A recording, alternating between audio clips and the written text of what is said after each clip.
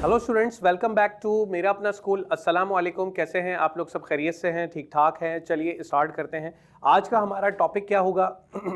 हम ठीक उसी चैप्टर के अंदर इक्विलिब्रियम, और इक्विलिब्रियम के चैप्टर के अंदर हम जो टॉपिक डिस्कस करने वाले हैं वो हमारा इक्विलिब्रियम और उसकी कंडीशन से रिलेटेड है।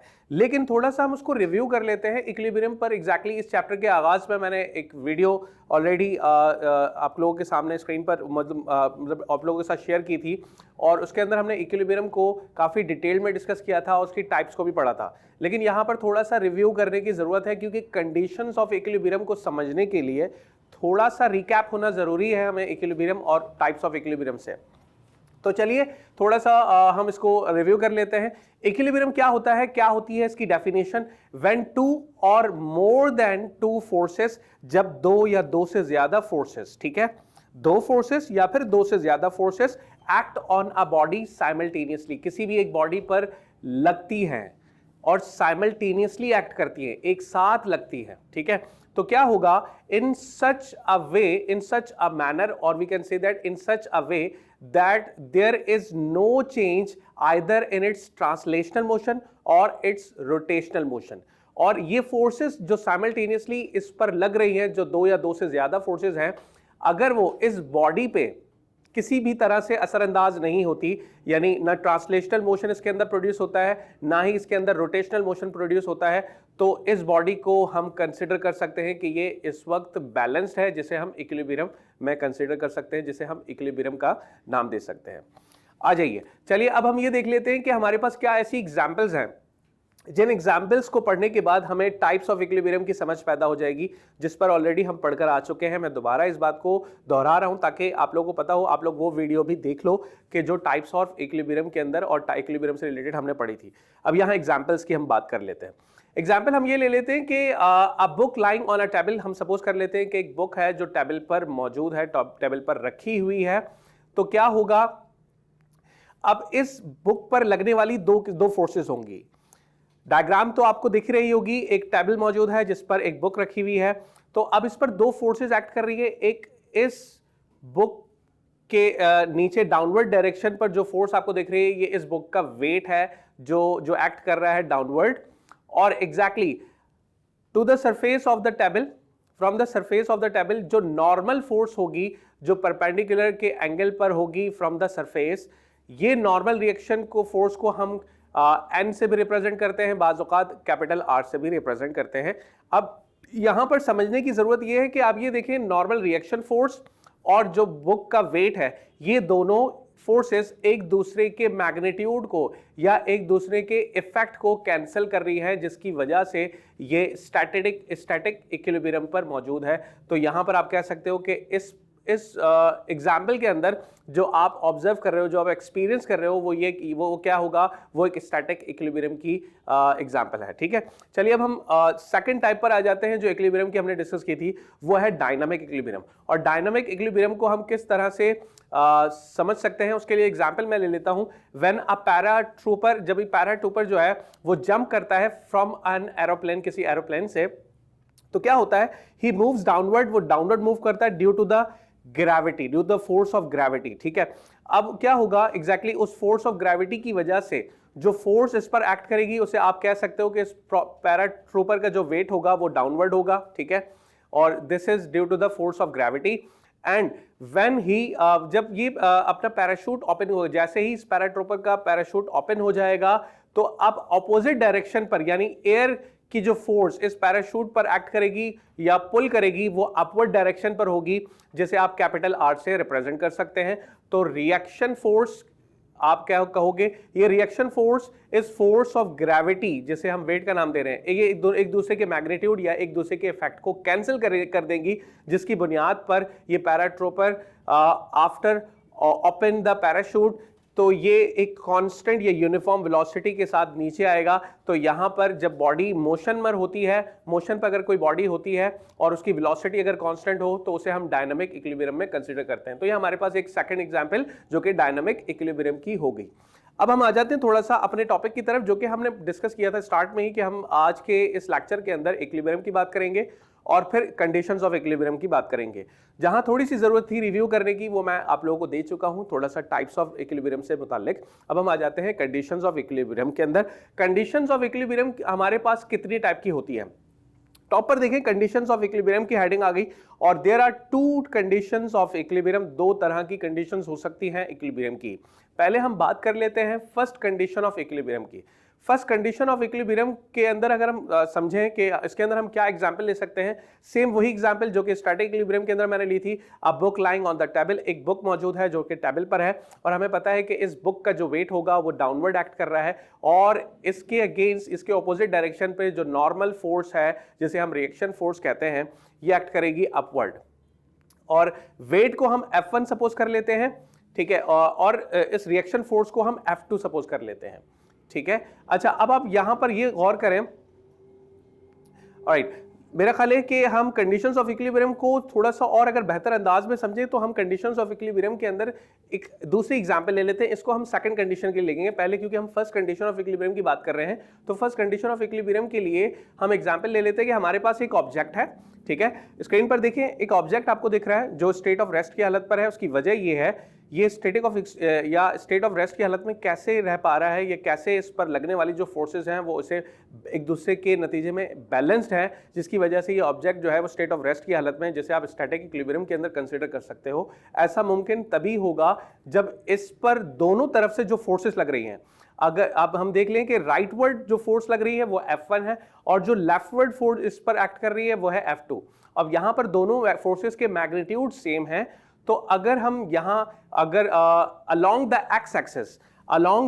X axis summation of force निकालें, टोटल फोर्स अगर हम काउंट करें, तो फर्स्ट कंडीशन ऑफ इक्विलिब्रियम ये कहता है कि भाई अगर आप फर्स्ट कंडीशन के दो पार्ट्स होते हैं, फर्स्ट कंडीशन में आपने along the x axis forces का सम करना होता है, वो भी जीरो के बराबर आना चाहिए, और अलोंग द वाई एक्सेस जो सम ऑफ फोर्स होगा वो भी अगर जीरो के बराबर होगा तो आप उसे फर्स्ट कंडीशन वैलिड हो जाती है। तो अब हम पहले एक एक करके दोनों पर बात करेंगे। पहले हम समेशन निकाल लेते हैं अलोंग द एक्स एक्सिस जो फोर्सेस इस पर एक्ट कर रही है। Along the x axis forces जो इस पर एक्ट कर रही हैं वो हमने ये देखा कि जो राइटवर्ड फोर्स है वो F1 है, जबकि लेफ्टवर्ड फोर्स हमारी F2 से रिप्रेजेंट हो रही है। अब इन दोनों का हम सम कर लेंगे, तो सम ऑफ Fx बराबर हो जाएगा F1 प्लस, अब हम F2 को माइनस में लेंगे। उसकी वजह ये है कि ये ऑपोजिट डायरेक्शन पर है F1 के, या फिर आप ये कह सकते हो कि F2 जो फोर्स है वो नेगेटिव एक्स एक्सिस की तरफ आ रही है, तो नेगेटिव एक्स एक्सिस की वजह से इसकी डायरेक्शन ऑपोजिट है F1 के, जिसकी वजह से आप इसको माइनस में लोगे, ठीक है। तो आपने क्या किया, F1 प्लस और ब्रैकेट के अंदर माइनस F2 ले लिया, प्लस माइनस माइनस हो जाएगा, जिसकी बुनियाद पर ये दोनों फोर्सेस के मैग्नीट्यूड सेम है, तो दोनों एक दूसरे से कैंसिल होने के बाद जो सम ऑफ Fx आएगा वो जीरो आ जाएगा।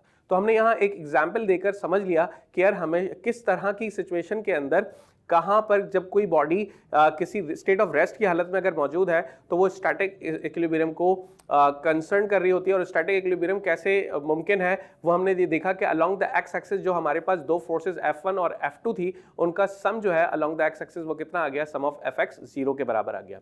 मानकर चलते हैं कि अगर हमारे पास नंबर ऑफ फोर्सेस बढ़ जाए, राइटवर्ड जानिब से भी अगर ज्यादा फोर्सेस लग रही हैं, एक से ज्यादा फोर्सेस लग रही हैं, और लेफ्टवर्ड जानिब से भी अगर एक से ज्यादा फोर्सेस लग रही हैं, फिर भी इन सारी फोर्सेस का सम अगर जीरो के बराबर आता है, तो भी आप ये कह सकते हो कि ये फर्स्ट कंडीशन ऑफ इक्विलिब्रियम के पहले पार्ट को जो है वो वेरीफाई कर रही है। हम ये ले लेते हैं कि if number of forces act on the same body, तो क्या होगा कि अब आप इसको किस तरह से रिप्रेजेंट करोगे, sum of Fx is equal to F1, जितनी भी फोर्सेस दोनों तरफ से एक्ट कर रहे होंगे सबको आप कर लोगे सम F1 plus F2 plus F3 और सो ऑन, इस तरह इनफाइनाइट नंबर ऑफ फोर्सेस भी अगर हुई तो उन सब का सम जो है वो इज इक्वल टू जीरो के बराबर होना चाहिए, तभी फर्स्ट कंडीशन के पहले पार्ट को हम ऑबे करेगा, फर्स्ट कंडीशन ऑफ इक्विलिब्रियम के पहले पार्ट को ये ऑबे कर पाएगी या वैलिड होगी। अब हम आ जाते हैं इसके फर्स्ट कंडीशन ऑफ इक्विलिब्रियम के सेकंड पार्ट की तरफ। सेकंड पार्ट की तरफ अगर हम आए तो उसके लिए हम एग्जांपल ले लेते हैं यहाँ पर कि अलोंग द वाई एक्सिस। अब अलोंग द वाई एक्सिस, अब आप एग्जांपल इसमें ले सकते हो कि आप book lying on the table, right. तो अगर book lying on the table, अगर टेबल पर कोई बुक मौजूद है तो उस पर दो किस्म की फोर्सेस एक्ट कर रही हैं। एक बुक का वेट होगा जो डाउनवर्ड होगा, और इसके अगेंस्ट जो फोर्स एक्ट कर रही है that is from the normal of this that is the normal force or the reaction force acting from the surface and which is making an angle of 90 degree from the surface। तो क्या होगा, normal reaction को आपने F2 का नाम दे दिया, जबकि wait को आपने F1 का नाम दे दिया। तो ये along y axis forces act कर रही हैं, तो समेशन ऑफ Fy जो है वो कैसे निकालोगे, F1 प्लस ब्रैकेट के अंदर हमने माइनस F2 करके ले लिया, इन दोनों को हम सम करा देते हैं, प्लस माइनस होने से माइनस हो जाएगा, तो F1 माइनस F2 हो जाएगा, और यहाँ पर दोनों फोर्सेस इक्वल मैग्नीट्यूड के साथ हैं और एक दूसरे के मैग्नीट्यूड को कैंसिल कर लेंगी, जिसके नतीजे में हमारे पास समेशन ऑफ Fy जो है वो 0 के बराबर हो जाएगा, राइट। अच्छा, अब यहाँ पर ये देखें कि अगर नंबर ऑफ फोर्सेस बढ़ जाए, अगर ये दो फोर्सेस ना होती और इससे ज्यादा अगर नंबर ऑफ फोर्सेस एक्ट कर रही होती, तो if number of forces are acting on the same body on the same situation, तो क्या होगा कि आपके पास summation of forces along the Y axis सबका सम 0 के बराबर ही आना चाहिए। तो अब सेकंड पार्ट के अंदर हम अलोंग द वाई एक्सिस की बात कर रहे होते हैं। Sum of Fy is equal to F1 plus F2 plus F3 and so on is equal to 0। तो summation of Fy number of forces बढ़ने की वजह से भी किसी तरह का कोई चेंज नहीं आएगा। आपने देखा समेशन जो है अलोंग द वाई एक्सिस भी 0 के बराबर आ गया। अब आ जाते हैं हम सेकंड कंडीशन ऑफ इक्विलिब्रियम के अंदर। सेकंड कंडीशन ऑफ इक्विलिब्रियम के अंदर हम क्या बात करते हैं, हम यहां पर बात करते हैं टॉर्क की। Torque exactly due to the turning effect of force होता है। किसी भी फोर्स के लगने की वजह से अगर बॉडी के अंदर रोटेशनल मोशन प्रोड्यूस हो जाए तो टॉर्क क्रिएट किया जाता है या टॉर्क प्रोड्यूस होता है। तो सेकंड कंडीशन ऑफ इक्विलिब्रियम कहता है कि जब समेशन ऑफ टॉर्क जो है वो आपका अगर 0 के बराबर होगा तो ये आपका सेकंड कंडीशन ऑफ इक्विलिब्रियम को वैलिड कर रहा है, यानी सेकंड कंडीशन ऑफ इक्विलिब्रियम को वेरीफाई कर रहा है। अब ये कैसे मुमकिन है, इसके लिए हम एग्जांपल ले लेते हैं। सी सॉ आपने देखा होगा जिस पर बच्चे झूला ले रहे होते हैं, वो फ्रॉम द सेंटर पोजीशन एक पायोटेड मतलब एक फिक्स्ड होता है, ठीक है। एक ट्रायंगुलर शेप का आपने एक ऑब्जेक्ट सेंटर में रख दिया, जिससे और इसके ऊपर जो मेटल की रॉड या मेटल का जो भी सरफेस आप इस पे प्लेस कर रहे हो, इसके दोनों साइड पर बच्चे बैठकर एग्जैक्टली झूला ले रहे होते हैं। तो अब आप ये देख रहे हो कि एग्जैक्टली अगर इसके एक एंड पॉइंट पर बच्चा जो बैठेगा राइट पर, तो उसकी डायरेक्शन, उसका वेट जो होगा वो डाउनवर्ड होगा, इसको हम नाम दे देते हैं F1 का। और दूसरी तरफ जो बच्चा बैठा हुआ है, इस दौरान जब ये झूला ले रहे होते हैं तो दोनों फोर्सेस एक दूसरे को बैलेंस कर रही हैं, तभी एक एट अ टाइम एक बॉडी नीचे आएगी और दूसरी बॉडी उस टाइम पर ऊपर जाएगी। तो जिस फोर्स के साथ वो बॉडी ऊपर जाएगी उसे हम नाम दे देते हैं F2 का। अब यहां पर हम कुछ थोड़े से पॉइंट को फिक्स कर लेते हैं। सेंटर पॉइंट को हमने O का नाम दे दिया, और जब जो डाउनवर्ड मोशन है उसे हमने, जो कि F1 है, इसको हमने नाम दे दिया A का, जबकि दूसरी जानिब जो बॉडी जो बच्चा जो है वो ऊपर की जानिब मूव कर रहा है, उस पॉइंट को हमने नाम दे दिया पॉइंट B का।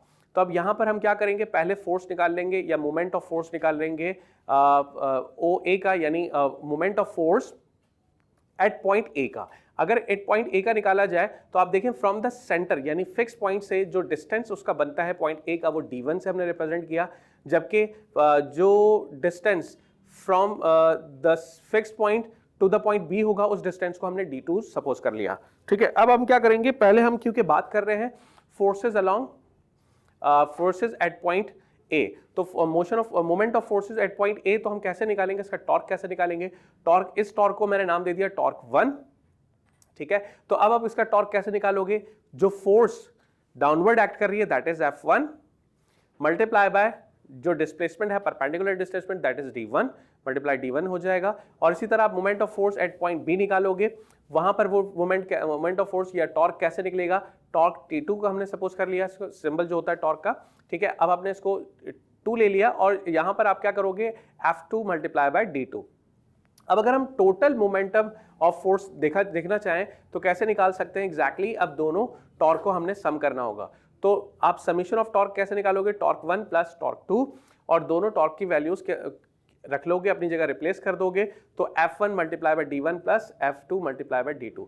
यहां पर हम साइड में बता सकते हैं कि ये दोनों फोर्सेस इक्वल मैग्नीट्यूड के साथ डाउनवर्ड और अपवर्ड एक्ट कर रही हैं, तो हम इन दोनों की जगह पर F रिप्लेस कर सकते हैं। तो F1 की जगह पर भी हम F रख लेंगे और F2 की जगह पर भी हम F रख लेंगे, और फिर ये रखने के बाद नेक्स्ट स्टेप के अंदर हम F कॉमन ले लेंगे, तो दोनों तरफ से क्या हो जाएगा, F और फिर उसके बाद ब्रैकेट ऑन, उसके अंदर हम D1 प्लस D2 रख सकते हैं।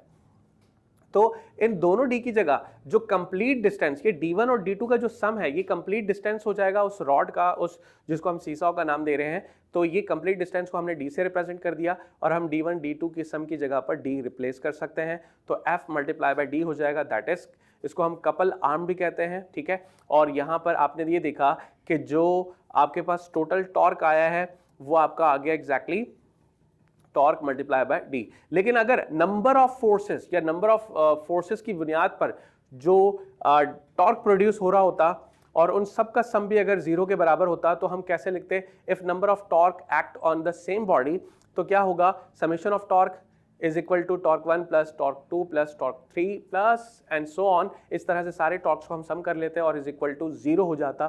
तो ये हमारे पास सेकंड कंडीशन ऑफ इक्विलिब्रियम भी वेरीफाई हो जाती है और यही है आपके पास summation of torque is equal to zero. ये है हमारे पास सेकंड कंडीशन ऑफ इक्विलिब्रियम।